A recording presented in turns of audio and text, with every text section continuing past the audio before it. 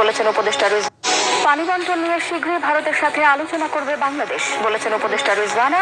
আঞ্চলিক সংস্থাগুলোকে সচল করার উদ্যোগ। অস্থিরতা কাটিয়ে আশুলিয়া ও গাজীপুরে কাজে ফিরেছেন শ্রমিকরা, এখনো বন্ধ 32টি কারখানা।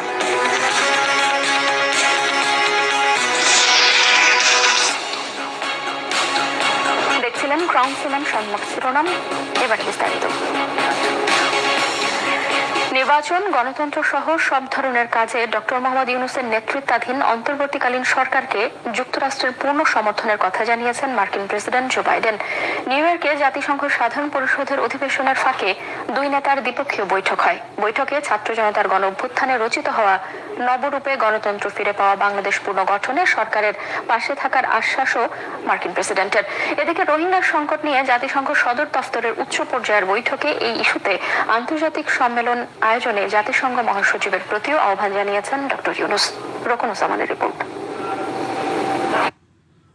অন্তর্বর্তীকালীন সরকারের প্রধান উপদেষ্টা অধ্যাপক মোহাম্মদ ইউনূস জাতিসংঘের সাধারণ পরিষদ অধিবেশনে যোগ দিতে যুক্তরাষ্ট্র সফরের প্রথম দিনেই মার্কিন প্রেসিডেন্ট জো বাইডেনের সঙ্গে বৈঠক করেন।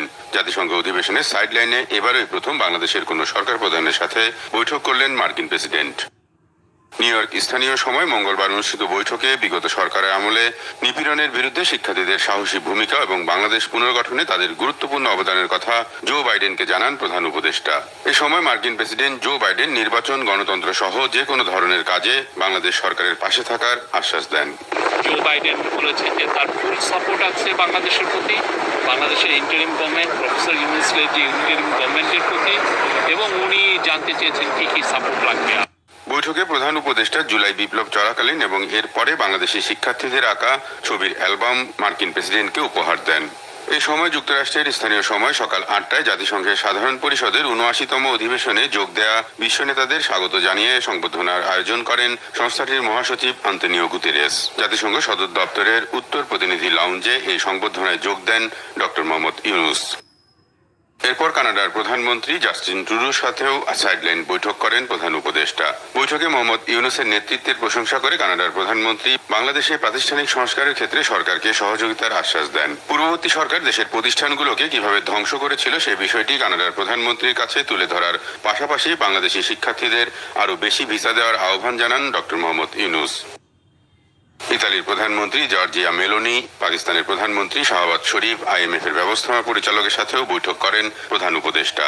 এছাড়া রোহিঙ্গা সংকট নিয়ে জাতিসংঘের সদর দপ্তরে প্রধান উপদেষ্টার সাথে উচ্চ পর্যায়ের কর্মকর্তাদের বৈঠক হয়। বৈঠকে মিয়ানমারের জাতিসংঘের মহাসচিবের বিশেষ দূত, শরণার্থী বিষয়ক হাই কমিশনার উপস্থিত ছিলেন।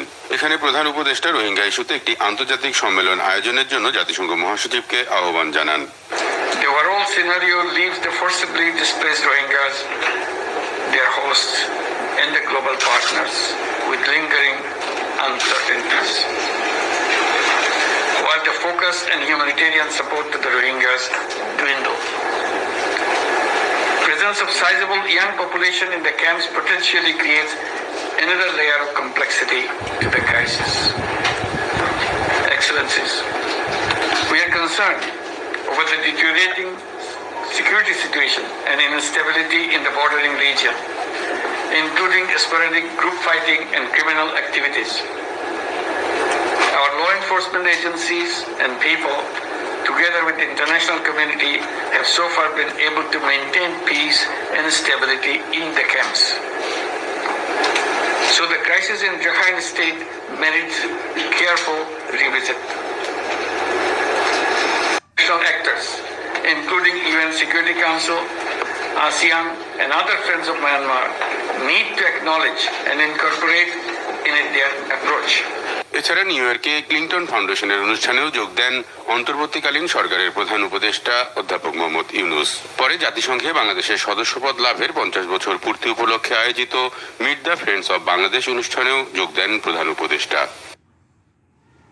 রোকনুজ্জামান, বাংলা ভিশন, ঢাকা। অভিট নদীর ন্যায্য হিস্যা পেতে আন্তর্জাতিকভাবে জোরালো ভূমিকা রাখার কথা জানিয়েছেন পানি সম্পদ মন্ত্রণালয়ের উপদেষ্টা সৈয়দা রিজওয়ানা হাসান। নদী রক্ষায় সার্ক সহ দক্ষিণ এশীয় অঞ্চলের সংস্থাগুলোকে সচল করার উপরেও তিনি জোর দেন। নদী দিবসের আলোচনায় এই বিষয়ে শীঘ্রই ভারতের সঙ্গে আলোচনার কথাও জানান তিনি। সভায় নদীর স্বাস্থ্য ঠিক না থাকলে দেশের স্বাস্থ্য ঠিক থাকবে না বলে জানালেন নদী গবেষকরা। মামুন আব্দুল্লাহ রিপোর্টে বিস্তারিত। গরমকালে খরা আর বর্ষায় বন্যা প্রকৃতির স্বাভাবিক প্রবণতা হলেও বাংলাদেশের অতিমাত্রায় ভোগান্তির জন্য প্রতিবেশী দেশের সহযোগিতার অভাবকেই দায়ী মনে করে এদেশের মানুষ। সম্প্রতি ফেনী, নোয়াখালী, লক্ষ্মীপুরে বন্যার তাণ্ডবে দুর্ভোগের শিকার হয় পানিবন্দী লাখ লাখ মানুষ। পরিসংখ্যানে দেখা যায় প্রাকৃতিক বিপর্যয় প্রতিবছর খরায় ক্ষতি ২,৭৩৪ কোটি টাকা এবং বন্যায় ক্ষতি ৩০,০০০ কোটি টাকা। এমন বাস্তবতায় নদী দিবসের আলোচনায় উঠে আসে এই সমস্যার নানা কারণ।